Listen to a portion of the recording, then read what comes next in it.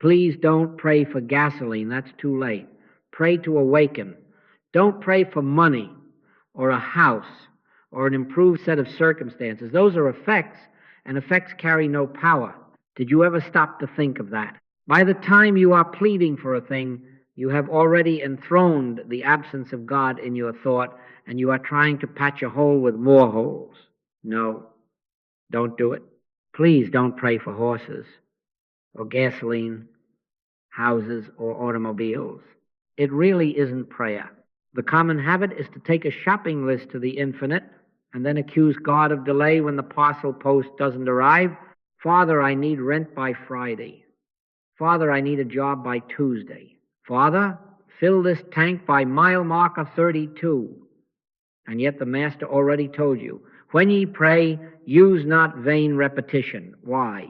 Because it is an impossibility for the mind to reach God. The mind that catalogs needs, arranges timetables, and bargains with heaven cannot scale infinity. It cannot.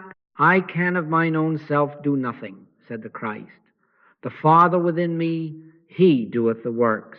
If the Master confessed that, what business have we to imagine that our mental button pushing can move the hand that moved the world? Prayer is not man's word. It's God's word. It is not what we say to the dark. It is what the light says in us when we are still enough to hear. Anything that is thought or spoken is an effect. How can you get God power into an effect? You cannot. Therefore, our task is not petition, but receptivity. Come as an empty vessel. Sit in the quiet of your own heart, and let this be your whole liturgy. Speak, Lord, thy servant heareth, not advising, not pleading, not informing omniscience of conditions. It has already transcended just receptivity, just the surrender that says, nevertheless, Father, not my will, thy will be done in me. A little story, if you will. A traveler wrote me. He was on a long desert road. The gauge sank to empty, and with it his courage.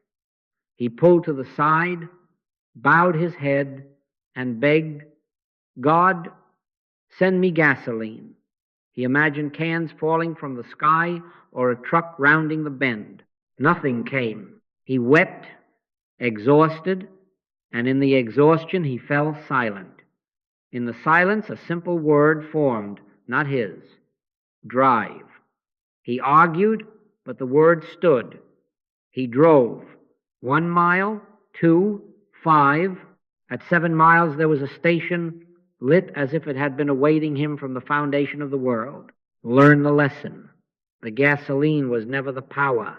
God was. The word came not because he begged, but because he ceased begging. We are not here to get things from God. We are here to awaken to God.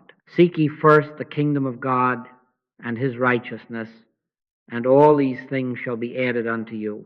Added, not chased, not outlined, not wrestled into place. My peace I give unto you, not as the world giveth. In this work we will replace the pursuit of better matter with a realization of God awareness. We will let the outcomes be God's, not ours. Son, all that I have is thine, and when you know that, supply is realized before forms appear. Begin now, turn from effects, and be still for cause. Outlining is the quiet superstition that says, if I can get the picture exact enough, God will be obliged to color it in. It is the mental scripting that runs. I need $413 by Friday, a tank of gas before mile marker 32, and a 3-bedroom house within 6 months. And then we kneel and call that prayer. It is not prayer. It is the worship of effects. Did you ever stop to think of that?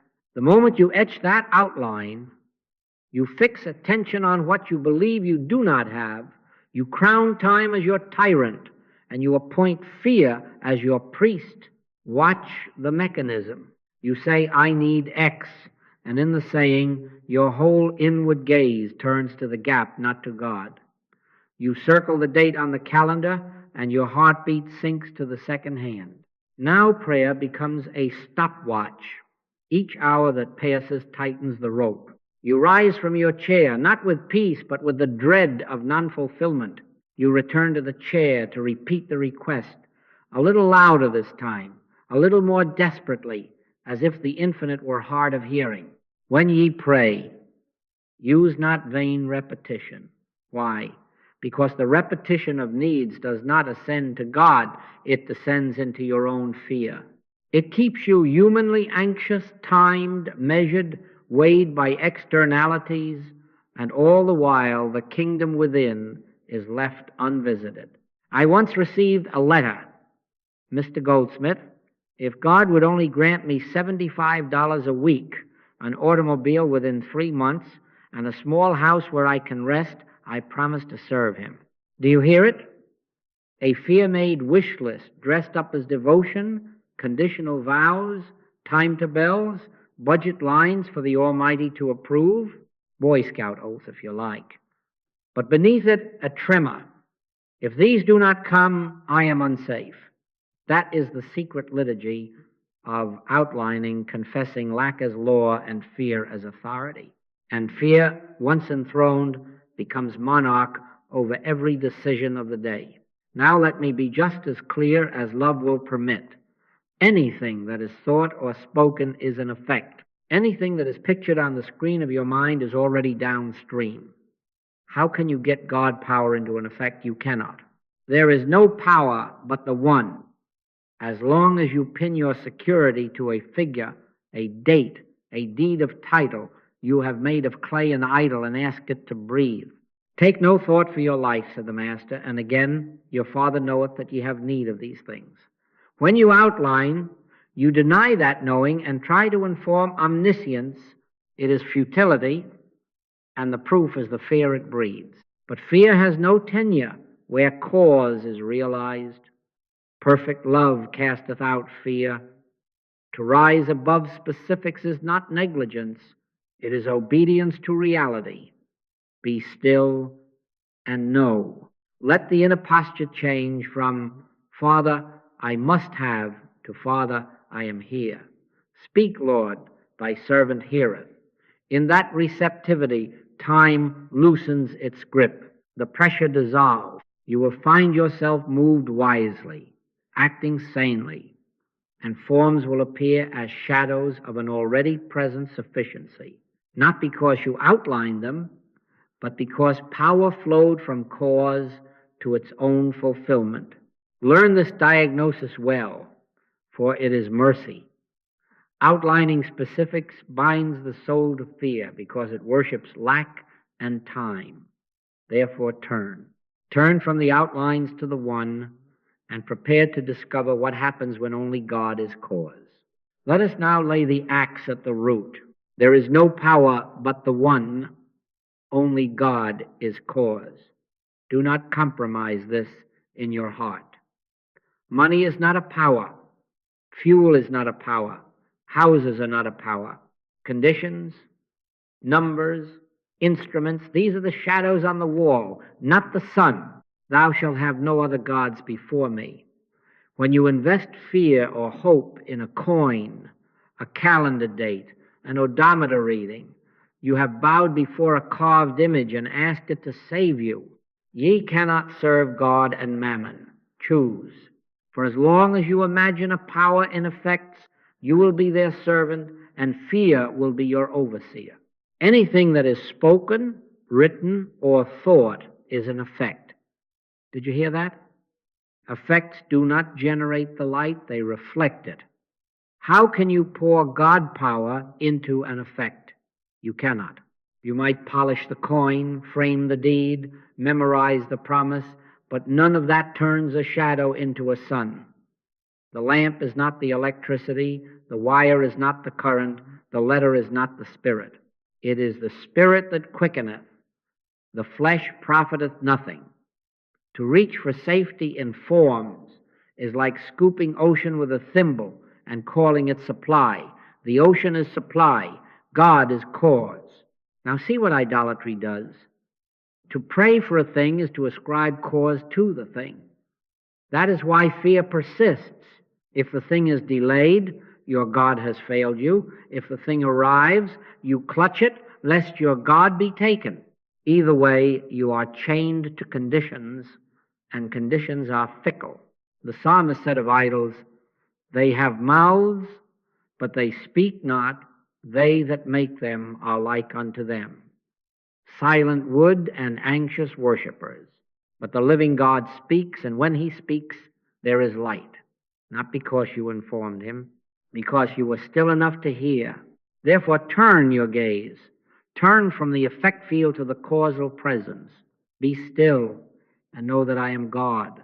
When thou prayest, enter into thy closet, and thy Father which seeth in secret shall reward thee openly, not with bribes to the senses, but with himself, and with right action as the overflow of his peace. Let this be your sole leverage, contact with cause. I can of mine own self do nothing. The Father within me, he doeth the works. Say it until it says you. Let thy grace is my sufficiency in all things. Be not a mantra to twist outcomes, but a confession that ends your private scheming. Abandon hope, hope that is, in effect, hope in God. Not my will, thy will be done in me.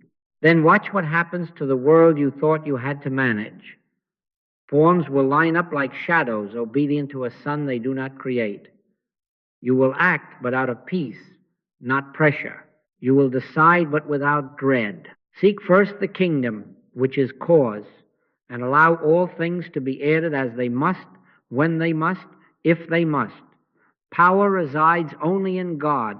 Effects have no power and never can. Keep your heart there, and you will be free. Then what is prayer? If only God is cause, then prayer is not an arrow we shoot into the night hoping to hit a sympathetic ear. Prayer is God's word received in our stillness, not our word sent into the dark. When thou prayest, enter into thy closet, not to recite to the walls, but to become so quiet that the living God can speak. Go in absolute stillness, and let the Spirit do its work. It is an impossibility for the mind to reach God. The mind offers outlines, and outlines are effects. No, don't do it. Be still and know. Adopt this posture. I can of my own self do nothing. Let that sentence unseat the fixer in you, the inward foreman who thinks he must draft, persuade, and deliver results on schedule. Not by might nor by power, but by my Spirit, saith the Lord. Come as an empty vessel. Come without argument. Come without minutes to read to omniscience. I am not coming to enlighten God. I am coming to be made light by God. I am not here to move a hand in heaven. I am here to have the hand move in me. Make for yourself a liturgy of receptivity, not a Boy Scout oath of promises and bargains. Sit down on a bus, at a desk, in a kitchen, and let the heart say softly, without strain, Speak, Lord, thy servant heareth. Father, here I am. Not my will, thy will be done in me. Thy grace is my sufficiency in all things. Thy word is a lamp unto my feet. Then be quiet. No rehearsing of needs, no informing of conditions, just a listening so complete that if a feather fell upon the waters of your soul, you would feel its ripple. The kingdom of God is within you. Enter and wait. Understand the purpose. We do not come to inform or persuade God. The Father knoweth. We come to be transformed by God, to have thought stilled, fear dissolved, identity shifted from struggler to son. In true prayer, the word prays itself within us. So shall my word be. It shall not return unto me void. When that word is heard, even faintly, it fulfills what it is. Sometimes it moves you into an action. Sometimes it removes an anxiety. Sometimes it simply unveils that what you feared has no law to sustain it. But it is the word that acts, not your push. How shall you know you have prayed? A soft, unoutlined peace, steals and small as a mustard seed, yet weighty enough to quiet the argument. My peace I give unto you, not as the world giveth, not the peace of solved arithmetic, not the thrill of a lottery, but the hush of presence. It may be brief 30 seconds, a breath, a single tear without name. That is the beginning of God awareness. When it comes, rest there. Do not seize it, do not analyze it, let it have you. Practice this often. If all you can give is a minute, give a minute. If all you can form is one line, let it be this: Speak, Lord, thy servant heareth. Then keep the vessel empty. In that emptiness, cause reveals itself, and effects take their rightful place as shadows obedient to the light. Now let us face the last disguise of petition, the outcome ledger you carry to the altar. Hopes, timetables, blueprints. These are not pious. They are levers we hide in our sleeves, attempts to move God to our calendar and our diagram. We whisper, by Friday, Father, this much in this form, and we call it trust. It is not trust. It is control in a hymn book. Lean not unto thine own understanding, said the wise man, and again, in all thy ways acknowledge him, and he shall direct thy paths. To acknowledge him is to relinquish your private map. Abandon hope, all ye that enter an infinite way class. Do you catch the mercy in that paradox? Not despair, not nihilism. Abandon hope in outcomes, for the hope that clings to a dated check or a specific key and a specific lock is fear in a tuxedo. It is fear rehearsing happy endings. Hope in forms confesses a God of forms, and that God is fickle. Take no thought for your life, said the Master. Take no thought for outcomes. Take thought for God. Be still and know that I am God. When you know that, the ledger burns without smoke. What then is our surrender? It is not heroic strain. It is a sentence lived. Nevertheless, Father, not my will, thy will be done in me. Let that be said until it says you. And here is your release. Say it now within yourself. I surrender my pictures, money, gasoline, house, and make of my prayer an emptiness of myself. I place my ledger on thy altar. I refuse to inform omniscience. I refuse to frighten myself with watches and calendars. Speak, Lord, thy servant heareth. Thy grace is my sufficiency in all things. And what is the exchange? When the will yields, wisdom enters. When the outline drops, a coordination begins that you could not have engineered with 1,000 phone calls. A door closes that would have trapped you. Another opens you did not know existed. A thought arrives. Turn here, wait there, call her. Not because you plotted it, but because the steps of a good man are ordered by the Lord. Peace settles first. My peace I give unto you, not as the world giveth, and in that peace action is clean. You find yourself in the right place at the right hour without strain. Eye hath not seen, nor ear heard, the delicate weaving by which cause adorns its own effects. This is not passivity, it is obedience. Not sloth, spirit-led movement, not by might nor by power, but by my spirit, saith the Lord. Therefore, morning and night, lay down the list. Enter your closet with one intention. Let God be God in me. Keep the prayer simple. Keep the vessel empty. The Father within doeth the works. Let go of the list. Let God be God in you. Now hear the pivot that turns the lock. As long as you plead as a needy mortal, you remain outside your own inheritance. You may be standing on the porch of your Father's house ringing the bell, but you will not cross the threshold while saying, I am only a beggar. The Master gives you the key. Son, thou art ever with me, and all that I have is thine, not will be, is. Did you ever stop to think of that? To keep addressing God as if he were a distant landlord and you the overdue tenant is to refuse your birthright. As long as you are talking to God as to a superior power you hope to persuade, you are a mortal When you are still enough to let God announce himself in you, you discover sonship. As many as are led by the Spirit of God, they are the sons of God. You are joint heir to all the heavenly riches. What is this sonship? Not bravado, not human self-importance. It is the quiet recognition, I can of my own self do nothing. The Father within me, he doeth the works. Do you feel the humility? And yet from that humility springs the only true authority. A son is not outside begging for coins. A son moves within the house, not to command servants, but to abide in the presence of the Father. When awareness settles into that identity, hunger for forms diminishes because the source is known at the center. Whosoever drinketh of the water that I shall give him shall never thirst. The water is not gasoline, not dollars, not deeds. The water is God awareness. Therefore, begin to define supply spiritually. Supply is not the coin, it is the idea that lights the next step. Supply is not the contact in your pocket. It is the grace that orders the right contact to appear and orders you to recognize it. Supply is not the crowded calendar. It is the wisdom that says, turn here, wait there. Write that letter. Say no to that invitation.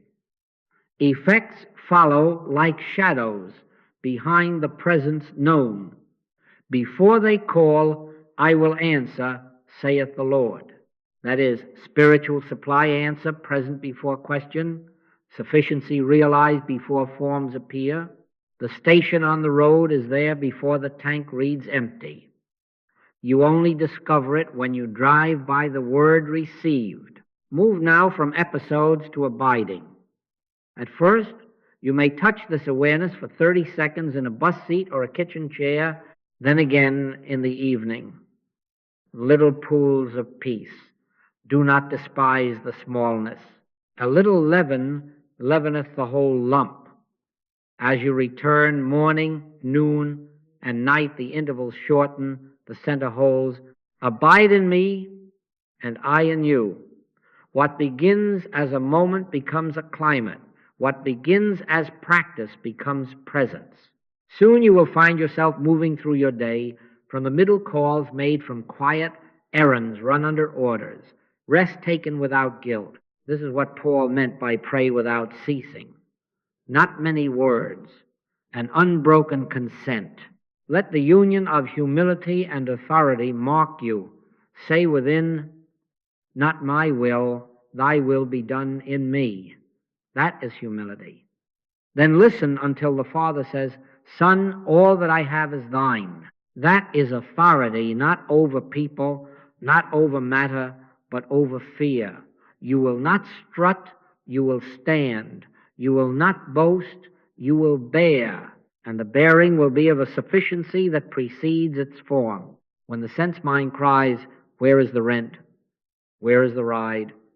Where is the house? Answer it with your identity. I am in the Father, and the Father is in me. Thy grace is my sufficiency in all things. Speak, Lord, thy servant heareth. In that hearing, ideas come. In those ideas, right action. In right action, forms appear as byproducts of being. This is sonship. Lived quiet, simple, inexhaustible.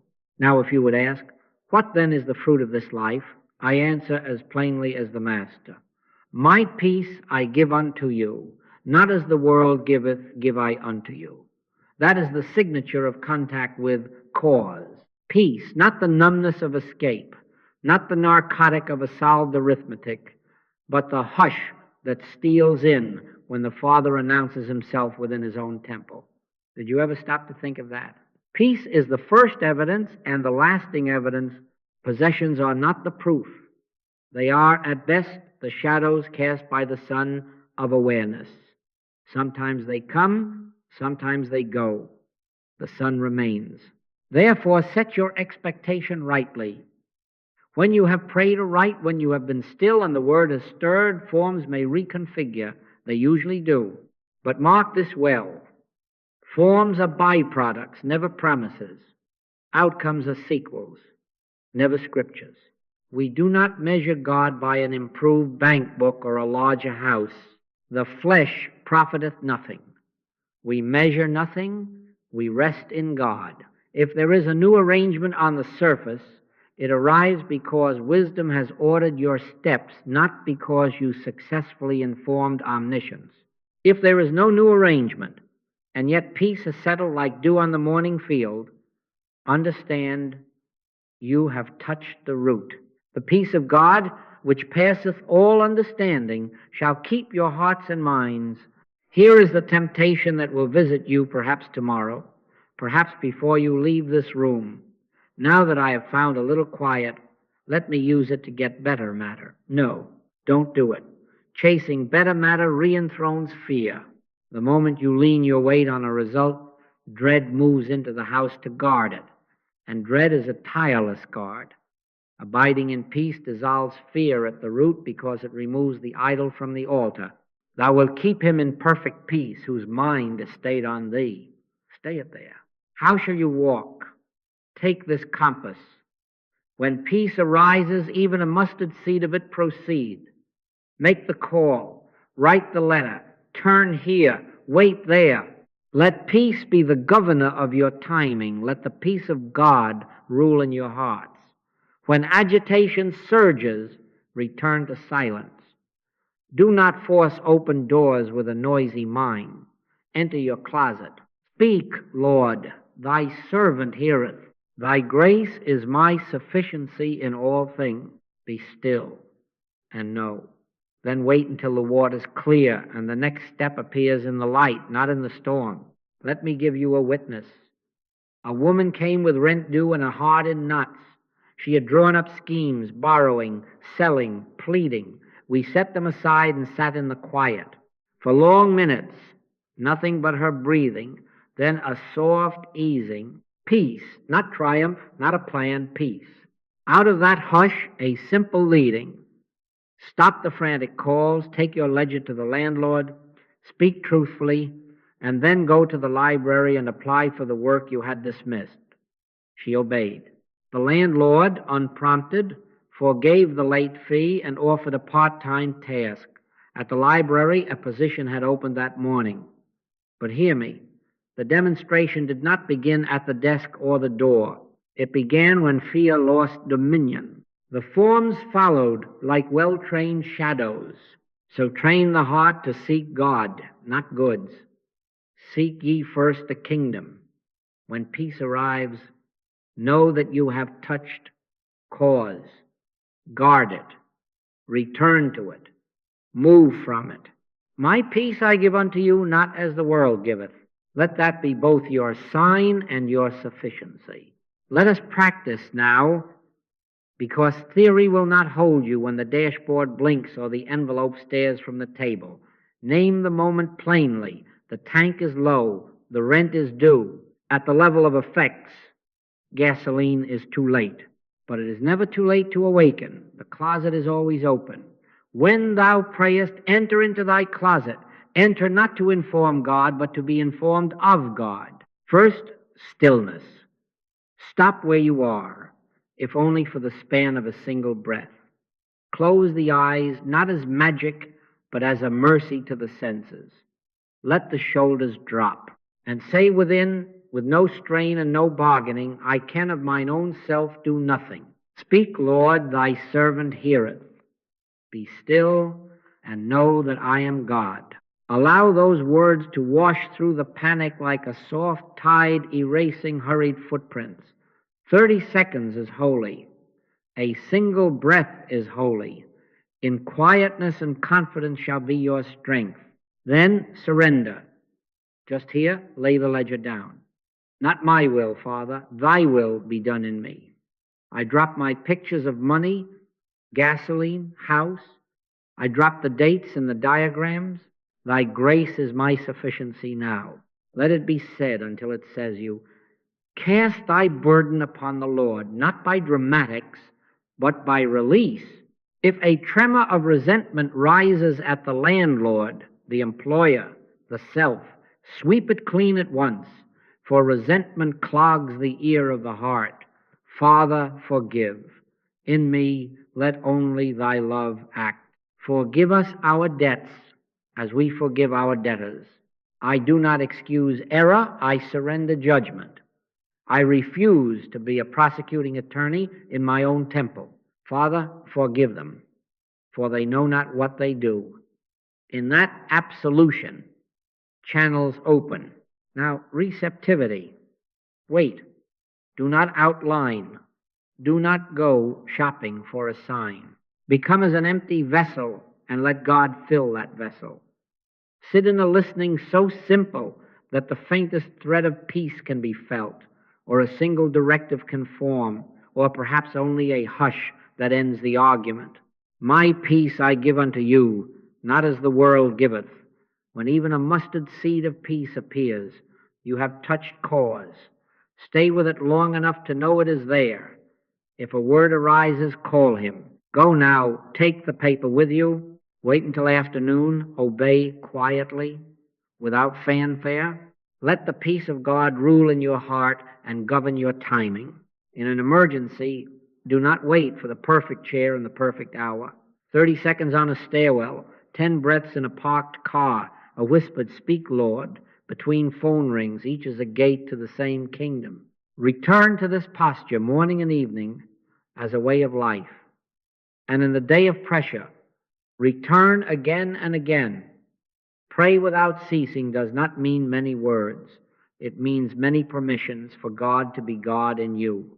Then move. Do the next right thing without drama or dread. If there is no clear directive, carry the hush with you into the plain duty at hand. Wash the dish, review the figures, walk to the office while remaining available to a shift of light. The steps of a good man are ordered by the Lord. In crisis, pray to awaken. Peace will come as sign, wise action will follow as shadow. The Father within doeth the works. Now the honest questions arise, and they are holy if they lead you to cause. My bills are due now. Yes. At the level of effects, the envelope is on the table and the date is on the calendar. But listen, awaken first, then act. 30 seconds of stillness will do more to clarify your next hour than 30 anxious phone calls. Be still and know that I am God. Say within, I can of mine own self do nothing. Speak, Lord, thy servant heareth. Let the panic drain. Let peace touch you, even a mustard seed. Then act from that center. Call the creditor without apology theater, without anger. Speak truthfully. Ask what is wise today. You will find priorities simplify, channels open, unnecessary expenses reveal themselves, and the very tone of your voice invites cooperation. Before they call, I will answer. Often the answer is already growing on the branch. Peace lets you see it. Isn't this passive? No. Surrender is the end of willfulness, not the end of work. It is a cessation of noisy self-direction so that wise direction may flow. Not by might nor by power, but by my Spirit, saith the Lord. The result is not couch-bound mysticism, it is clean action. You may take the job you had dismissed yesterday not from fear, but from guidance. You may sell the item you clung to not from lack, but from liberty. You may labor longer today not to bribe fate, but because joy has entered the task. I can of mine own self do nothing. The Father within me, he doeth the works. When the Father works, the hands move but without dread. May I visualize outcomes. Visualization is still you drawing blueprints for God. It is outlining effects and asking a shadow to be a sun. Thou shalt not make unto thee any graven image. A mental picture is a graven image on the screen of thought. Behold God, not pictures.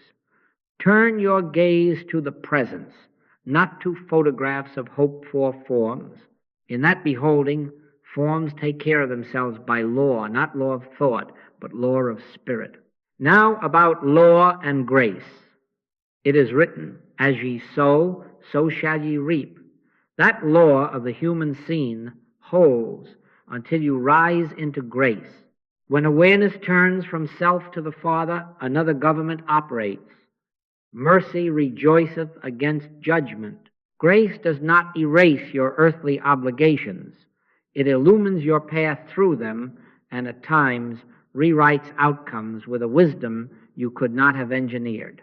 You might still pay orderly, sanely, without self-accusation, or you may find a debt adjusted, a term extended, a needless expense released. Do not pin your hope on which it shall be. Hope in God. Therefore, the practical pairing is this. Pray to awaken, then make the call. Pray to awaken, then take the work offered today. Pray to awaken, then sell what wisdom says to release. Pray to awaken, then set your figures in order with peace governing the pencil. Let the peace of God rule in your hearts, and let the steps of a good man be ordered in your timing. This is not avoidance, it is alignment. Surrender heightens intelligent action. It is not avoidance, but alignment. In that alignment, fear leaves the driver's seat, and the Father within doeth the works. Now comes the holy ordinary, the way of life. You are of those few who can achieve it, not because you are clever, but because you are willing to be empty. Come as an open vessel, and let the Father within do the works.